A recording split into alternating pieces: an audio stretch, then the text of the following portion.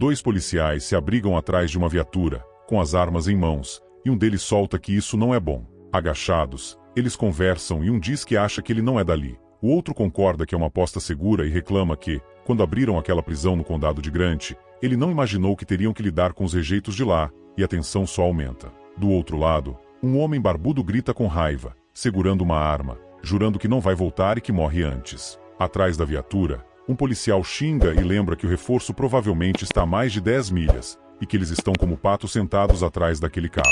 Então ele manda o parceiro cobrir enquanto ele tenta chegar até uma valeta para cercar o homem, e a decisão vem junto com o risco. O policial se move pela frente da viatura e os tiros estouram. Os disparos desarmam o outro, que perde a arma no meio do fogo. Mesmo assim, um deles avança apontando a pistola para a picape, mas é atingido, e o grito do parceiro corta o barulho. Rick. E tudo muda no mesmo instante. Rick acorda assustado numa cama de hospital. Ele levanta puxando o tubo do rosto com a mão, senta na beira da cama confuso e tenta ficar de pé se segurando no suporte do soro, mas tropeça e cai no chão. Caído, ele grita chamando a enfermeira, estica o braço e aperta o botão, e fica sentado no chão encostado na cama, esperando, só que ninguém aparece. Sem resposta, ele se vira para o guarda-roupa, abre uma gaveta e olha os itens dentro. Então ele abre a porta do quarto e espreita o corredor. O corredor está vazio, e ele anda chamando em voz alta, perguntando se tem alguém, e o silêncio só devolve mais estranheza. Rick chega ao balcão do posto de enfermagem e pergunta se todo mundo resolveu fazer uma pausa ao mesmo tempo. Sem receber resposta, ele caminha até o fim do corredor e pega o elevador, e quando chega ao andar, um corpo cai para dentro do elevador. O susto é imediato, e o vazio ao redor parece pior do que antes. Ele se aproxima do corpo caído no chão e grita por socorro. Recuando, pede ajuda de novo, mas nada vem. Rick volta ao corredor, olha em volta e chama, perguntando se tem alguém, e segue cauteloso, como se cada passo fosse errado. Ele encara as portas duplas com a placa cafeteria, fechadas por um pedaço de madeira. Rick retira a madeira e pergunta o que aconteceu ali, e quando abre a porta e olha para dentro, encontra um refeitório cheio de pessoas feridas e cadáveres, com vários mortos-vivos espalhados pelo local. Rick recua assustado quando o morto-vivo se aproxima. Ele cai no chão e outros avançam, e ele tenta se afastar até uma porta com placa de saída, mandando pararem e ficarem longe dele. Chegando à porta, com o morto-vivo se aproximando, Rick grita que eles não entendem, mas um deles o agarra e o empurra, e Rick implora, por favor, enquanto perde o controle do próprio corpo. Rick e o morto-vivo caem escada abaixo. No impacto, a cabeça do morto-vivo torce e quebra, e os dois chegam ao chão. Rick se levanta e desce as escadas enquanto os mortos-vivos avançam em direção a ele, e ele atravessa uma porta já tirando o cinto. Ele trava a porta com o cinto e solta, ainda ofegante. Que merda foi aquilo? Em seguida, ele chega a um estacionamento vazio, para o lado de um carro e olha para dentro pela janela, e depois caminha pela garagem, se afastando do carro, como se precisasse sair dali o mais rápido possível. Rick caminha pela estrada, saindo do hospital. De repente, ele vê um carro batido e um corpo caído ao lado e se assusta, mas continua andando, até parar perto de uma placa e olhar para algo. Ele fica apavorado, e o que está ali não deixa espaço para dúvida. Um morto-vivo está caído na grama alta. Rick cobre a boca com a mão, horrorizado, enquanto o morto-vivo encara para frente, e Rick começa a chorar. Depois disso, Rick empurra uma bicicleta pela estrada. Ele se ajoelha e deixa escapar um "meu Deus", e então fica de pé e olha para a bicicleta, como se ela fosse a única saída no meio daquele silêncio que não explica nada.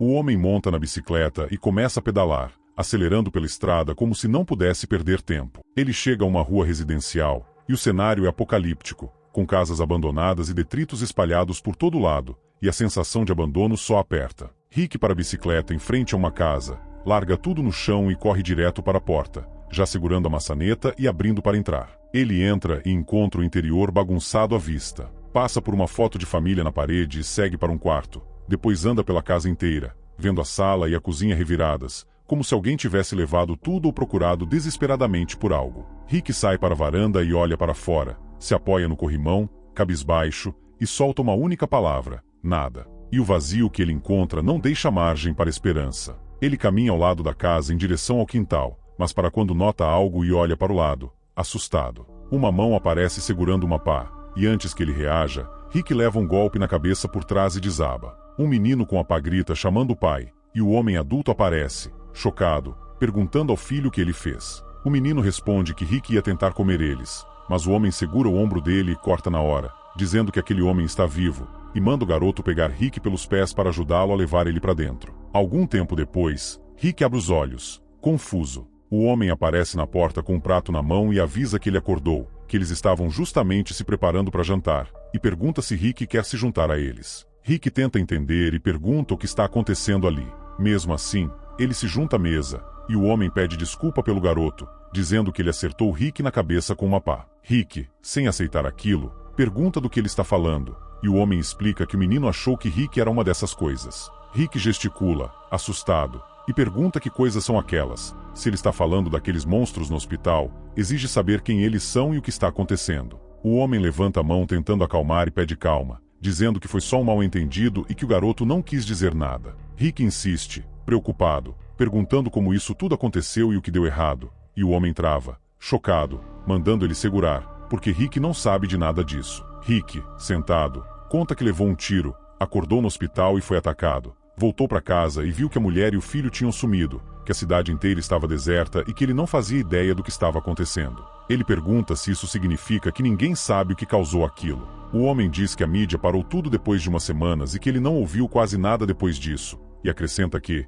se acharam um jeito de parar, ainda não chegou ali, porque essas coisas estão em todo lugar. O homem responde que um bom golpe na cabeça derruba eles, por isso o garoto acertou Rick com a pá, e que quase nada mais parece afetar essas coisas. Ele diz que qualquer coisa que entra no quintal eles dão um jeito, e que tentam ficar quietos, porque eles viriam atrás se soubessem que eles estão ali. O homem lembra que, antes de pararem as transmissões, mandaram todo mundo se mudar para cidades maiores, dizendo que podiam proteger todo mundo lá, mas ele achou melhor arriscar ali. Rick diz que os sogros moram em Atlanta, a umas 5 horas de carro dali, e que provavelmente foi para lá que a mulher dele foi. Ele agradece a Deus e diz que, se eles estão protegendo as cidades, ele estava tão preocupado, e o homem garante que tem certeza de que eles estão bem. Rick segura um molho de chaves e diz que precisa de um carro se quiser chegar até Atlanta, e pergunta se o homem quer ir às compras. À noite, no Cynthiana Police Depot, os três entram pela porta. O homem pergunta se Rick é policial, e Rick confirma. O homem comenta que achou que ele fosse um caçador,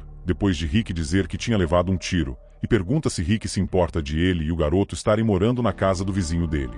Na entrada, Rick responde sério que não vai prender eles, se é isso que ele quer dizer, e diz que a maioria das casas na rua dele já tinha sido saqueada, que o homem parecia estar arrumando o lugar, e que os Thompson provavelmente vão agradecer quando voltarem. Rick só avisa para ele não arrumar briga por causa do lugar. O homem responde que não é como se eles estivessem roubando, que só pareceu mais seguro, que eles não acham que estão prejudicando ninguém ficando lá e que, para ele, tá tudo bem. Rick diz que ele não precisa justificar nada, que está mantendo o filho seguro, e admite que fica doente de preocupação com o dele, porque entende exatamente o que isso significa. O homem diz que agradece por aquilo e pergunta o nome de Rick. Rick aperta a mão dele e se apresenta como oficial Rick Grimes, à disposição, e pergunta quem ele é. O homem se apresenta como Morgan Jones e diz que aquele ali é o pequeno Duane. Rick diz que Morgan é um bom homem, agradece de verdade por ele ter vindo até ali e fala que ele ajudou muito. Morgan responde que já vale a pena só por falar com alguém, porque se não for sobre desenhos animados ou sobre passar gás, o garoto não quer falar disso, e a conversa pesa de um jeito estranho. Rick dá um sorriso fraco, mas ele some rápido, e Rick fica abatido. Ele diz que, depois de tudo que viu naquele dia, se sente culpado por rir. Morgan põe a mão no ombro dele enquanto Rick segura um revólver, e fala que está tudo bem, que Rick viu umas paradas muito doidas lá fora e que eles já viram também, e que ele não pode deixar isso pegar. Morgan diz que ele só tem que continuar, que não pode parar para pensar nisso, senão enlouquece, e Rick concorda. Morgan pergunta o que ele vai fazer com aquilo. Rick olha o revólver na mão e diz que pensou em levar alguns com ele, só por garantia, e manda Morgan seguir ele. Ele tenta uma chave num cadeado enquanto Morgan observa, dizendo que só precisa achar a chave certa, até encontrar e afirmar que é aquela. Quando a porta abre, eles entram na sala de armas da delegacia, com várias espingardas na parede, e Rick manda Morgan pegar algumas para ele. Ele diz que, se uma paulada na cabeça dessas coisas com uma pá derruba elas, então tem certeza que aquelas armas vão funcionar e que isso deve poupar um pouco do esforço dele. Rick avisa que as munições estão no armário embaixo do suporte de armas. Manda Morgan guardar um pouco para ele e diz que já volta. Duane estica a mão para uma arma e pergunta se pode, mas Morgan impede na hora e manda ele não encostar em nada. Duane insiste que já é grande o bastante, e Morgan diz que ele é, sim, e que vai ensinar ele a usar uma delas amanhã, mas até lá está fora de questão, sem discussão. Rick reaparece usando uniforme e chapéu de policial e pergunta se tem munição suficiente para os dois. Morgan encara ele e comenta que aquela farda com certeza caiu bem nele. Rick explica que tem um uniforme reserva no armário e que pensou que, se for para uma cidade grande e eles tiverem um monte de gente escondida lá, ele consegue passar mais fácil sendo policial, então é melhor parecer um. Rick sorri, diz para Morgan pegar o que for levar e seguir ele lá para trás, porque tem outra surpresa. No pátio da delegacia, à noite, Rick, Morgan e Duane caminham até os carros. Rick diz para Morgan pegar o da esquerda, porque ele não anda tão bem quanto que Rick vai pegar, mas vai andar melhor do que o hatch que Morgan está dirigindo. Rick fala que,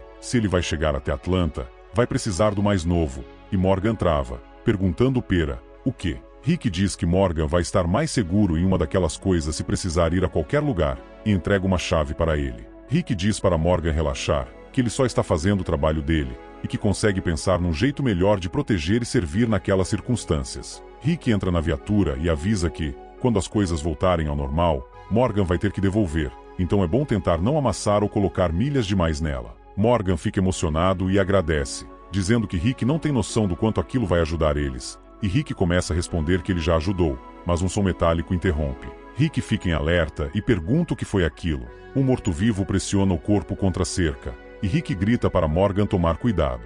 Ele encara a cerca, alarmado, enquanto o morto-vivo rosna, e Rick aponta a arma, pronto para atirar, mas Morgan diz não. Morgan segura Rick pelo ombro e impede o disparo, dizendo para deixar, porque ele não consegue chegar neles ali, e que Rick pode precisar daquela bala depois. Rick concorda, ainda tenso, dizendo que Morgan tem razão, e fala que é melhor tirar aqueles carros dali antes que ele dê a volta e chegue até o portão. Antes de irem, Morgan pergunta se eles vão se ver por aí. Rick diz que sim, que eles são vizinhos, pede para Morgan dar uma olhada na casa dele por ele, e Morgan responde que pode deixar. E, com as chaves na mão e o barulho do morto-vivo na cerca, a saída já começa com pressa. Rick acena perto do portão enquanto Morgan dirige e sai do pátio, levando Duane com ele. Em seguida, Rick sai com a viatura, passando pela cerca, e fecha o portão atrás de si, deixando tudo trancado. O morto-vivo continua encarando enquanto a viatura se afasta. A viatura atravessa uma rua da cidade destruída, e mortos-vivos aparecem no caminho, surgindo no escuro. Rick segue em frente mesmo assim, e depois a viatura pega uma estrada, com o som do motor dominando o vazio. Em um momento, ele para no acostamento, deixa a porta aberta e sai do carro, indo até a grama ao lado da estrada. Na grama alta, o morto-vivo de antes continua deitado, encarando Rick. Rick aponta a arma e atira. Ele fica tenso, olhando para baixo, enquanto o morto-vivo tem seu fim, e o silêncio que vem depois pesa mais do que o disparo. Rick solta lágrimas. Ele passa o antebraço no rosto, limpando, e volta em direção à viatura parada. Rick entra pela porta e segue pela estrada à noite, se afastando, como se não pudesse olhar para trás. Tempo depois, Rick segue pela rodovia. Ele passa por uma placa de boas-vindas à Geórgia e para num posto de gasolina, perto de uma bomba. Chuta a bomba e pragueja, irritado. De novo não. Ao passar por um carro com um morto dentro, ele só observa em silêncio. A viatura continua avançando pela estrada vazia. Rick sai da viatura e encara a cena, irritado. Então volta, pega a bolsa com armas e segue a pé, deixando o carro para trás. Ele olha para frente, tenso, até avistar uma casa ao longe. Passa por uma cerca de madeira e para diante da casa. Algo ali não parece certo. Ele bate na porta e grita se tem alguém em casa. Gira a maçaneta e avisa que vai entrar. Já dentro, segue com cuidado e diz que não está ali para machucar ninguém nem roubar nada, que só precisa de um pouco de gasolina. Então ele fareja o ar, desconfiado, e no instante seguinte se assusta. A sala está cheia de cadáveres no chão e no sofá, todos com furos de tiro na cabeça. Rick cobre a boca e recua às pressas. O chapéu voa da cabeça dele.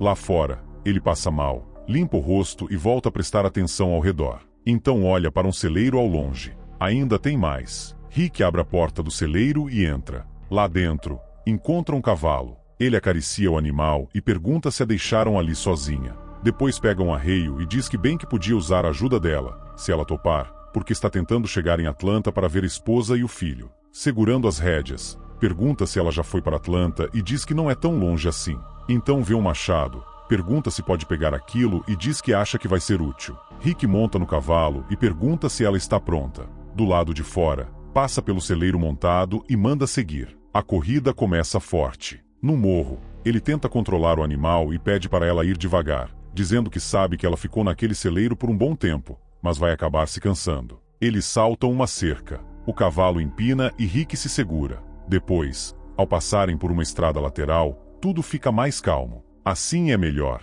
Na estrada longa e vazia, Rick segue montado e pergunta se ela tem um nome. Então diz que falar sobre o dia mais feliz da vida dele talvez tire sua cabeça de toda a merda que viu ultimamente. Ele se lembra de quando tinha acabado de entrar no trabalho naquela manhã, estava sentado na delegacia, tomando a segunda xícara de café do dia, enquanto Gilroy contava sobre o bêbado que tinham levado na noite anterior. Aí veio a ligação. Era a Lori. A bolsa dela tinha estourado menos de 10 minutos depois que ele saiu. Rick pegou o casaco e correu para casa para levá-la, enquanto Gilroy ligava para o Dr. Stevens encontrar os dois no hospital. Ele levou Lori sem um engate, numa das poucas vezes em que usou as sirenes no carro, porque a cidade onde moravam era pequena. Segurou a mão dela o tempo todo. Houve complicação e ela precisou fazer uma cesárea. Ele ficou muito preocupado, mas no fim deu tudo certo. Quando fala da primeira vez em que viu o pequeno Cal, Rick olha para cima, emocionado. Começa a falar, mas hesita. Abaixa a cabeça. E então muda de ideia. Na mesma estrada longa e vazia, ele admite que, pensando melhor, lembrar dos bons momentos só faz tudo parecer muito pior. Rick chega a Atlanta em meio a destroços e carros abandonados. Diz apenas que chegaram. Olha ao redor. Fica atento. Então vê um morto-vivo entre entulho e lixo. Sem perceber, continua cavalgando enquanto vários outros mortos-vivos começam a surgir ao redor. Quando nota, já está cercado. Rick puxa as rédeas do cavalo e manda a garota correr dali. Só que agora já é tarde demais. Rick olha em volta e percebe que está cercado. No meio da multidão de mortos-vivos, o cavalo empina e ele grita. No instante seguinte, cai no chão. Caído, Rick vê os mortos-vivos atacando o cavalo. O animal, apavorado, ainda tenta lutar contra eles. Então o morto-vivo nota Rick. Ele se aproxima, e Rick, mesmo assustado, puxa o machado. Sem perder tempo, ataca. O morto-vivo cai ao lado dele. Rick se levanta e arranca o machado de volta. Mas não há alívio. Rick se vê cercado outra vez enquanto os mortos-vivos se amontoam sobre o corpo do cavalo e começam a devorá-lo. Ele grita, chama todos de desgraçados e pergunta o que há de errado com eles. Então aponta a arma e atira na multidão. Só que isso não resolve nada. Rick ainda golpeia outro morto-vivo com o machado e corre para um beco. De repente, uma mão toca seu ombro e ele se assusta. Um garoto puxa para um canto, olha para a rua e diz que consegue tirá-lo dali. Manda Rick segui-lo. Enquanto corre, ainda olha para trás e grita para ele parar de usar a arma, porque vai trazer a cidade inteira para cima deles. Os dois olham para trás e veem mortos-vivos surgindo ao fundo. O garoto diz para Rick não se preocupar, porque eles já terão ido embora muito antes de aquelas coisas chegarem ali embaixo. Então manda ele ficar onde está, pula e agarra uma escada, puxando-se pelas barras. Rick hesita enquanto o garoto ajeita a escada e ainda diz que conseguiu de primeira. Já subindo, ele grita para Rick andar logo, lembra que está tentando salvar a vida dele e pergunta o que ele está esperando. Lá em cima, os dois observam os mortos-vivos se aglomerando. Rick pede desculpa e admite que nunca viu tantos deles. O garoto responde que ele é um cara de sorte e diz que aquilo não é nada. Se Rick tivesse avançado mais 50 metros para dentro da cidade antes do ataque, não estaria ali agora. Rick pergunta o que ele quer dizer, mas o garoto já se vira e manda os dois se apressarem. Rick estende a mão e pede que ele espere. Só que o garoto salta para o outro prédio. Rick encara a distância e recusa na hora. Nem fodendo. Do outro lado, o garoto insiste. Diz que Rick vai ter que pular. Explica que é fácil, que faz isso o tempo todo, e que, quando descerem por aquele prédio, os mortos-vivos ainda vão estar esperando embaixo do prédio anterior. Também diz que não tem saída por lá, porque todos aqueles prédios estão cheios de zumbis. Então manda Rick confiar nele. Sem escolha, Rick se afasta pelo telhado, frustrado, e pula. Ele cai pesado no outro telhado. O garoto o ajuda a subir e solta que ele devia ter jogado a bolsa primeiro.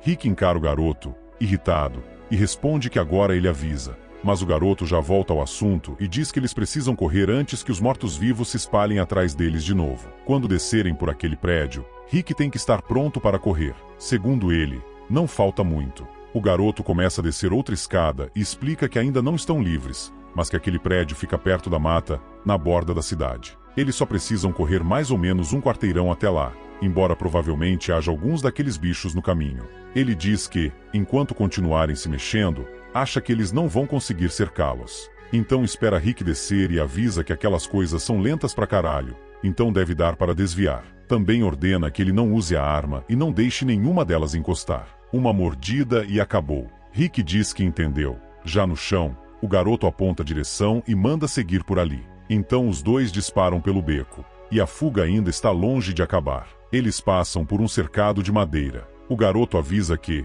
dali em diante, é que precisam tomar cuidado. Rick responde que entendeu. O garoto espera por ele e diz que falta pouco agora. Então os dois correm entre galpões. Ao passarem perto de um morto, o garoto grita para Rick prestar atenção. Eles desviam correndo, e Rick admite que nem tinha visto aquilo. O garoto diz que ele vai ter que manter os olhos abertos e pergunta onde ele esteve no último mês. Rick responde com uma palavra só: coma. Já na mata, o garoto para e olha para ele, sem acreditar. Rick, confuso, diz que sim, que acordou no hospital ontem. Tenta continuar, mas pede uma pausa. Os dois param. Rick pergunta se podem ficar ali e se aquele lugar é seguro. O garoto responde que por um minuto. Ainda ofegante, Rick pergunta sobre o que o garoto disse antes, sobre a cidade e o quão perigosa ela é. Quer saber onde estão todas as pessoas que estavam lá. O garoto responde, tenso, que aquilo que Rick viu foi eles tentando comer os dois lá dentro. Diz que não se pode mais ir para as cidades, porque todo mundo que estava lá morreu. Conta que o governo tentou reunir todos nas cidades para facilitar a proteção, mas isso só colocou toda a comida num lugar só. E explica que, toda vez que um daqueles bichos mata alguém, essa pessoa vira um deles. Em uma semana, quase todo mundo na cidade foi morto. Depois disso, ninguém sabe mais de nada. Ninguém consegue entrar ou sair. Então ele pergunta se Rick tinha família lá. Rick se ajoelha, abatido. Diz apenas que sua esposa e seu filho estavam lá. O garoto sente o peso daquilo e diz que é uma merda ele ter que ouvir isso desse jeito. Rick chora. Com a mão no ombro dele, o garoto fica ao lado enquanto Rick explica que eles são do Kentucky. Mas, quando disseram que as pessoas estavam sendo levadas para cidades maiores, ele imaginou que a esposa teria levado o filho para a casa dos pais dela, em Atlanta. Diz que eles podem não ter vindo, mas não sabe onde mais estariam. O garoto tenta animá-lo. Diz para ele não perder a esperança, porque já viu todo tipo de gente sobreviver a coisas muito loucas. Também conta que há um cara no acampamento que realmente conseguiu sair de Atlanta. Rick limpa o rosto e pergunta sobre esse acampamento. O garoto segue andando e responde que é para lá que estão indo, que há mais gente lá. Então Rick finalmente tem um rumo. Os dois continuam caminhando. O garoto diz que estão quase lá. Explica que a maioria ali chegou tarde. Gente que tentou entrar em Atlanta tarde demais, como Rick. Como não conseguiram entrar, montaram acampamento ali mesmo. Rick pergunta se eles só estão acampando e se aquilo é realmente seguro. O garoto responde que tem alguns carros para servir de abrigo e que todos se revezam na vigia durante a noite. Diz também que acham que, ficando perto da cidade, vão ser encontrados quando o governo der um jeito em toda aquela bagunça. Então os dois param. Diante deles, há veículos e trailers espalhados no meio do mato. O garoto anuncia que chegaram. Rick fica chocado ao olhar para o acampamento. E, no instante seguinte, uma mulher corre na direção dele, chamando seu nome. Ao mesmo tempo, um menino corre chamando por seu pai. No fim, os dois alcançam Rick e o abraçam. E tudo que ele consegue dizer é graças a Deus.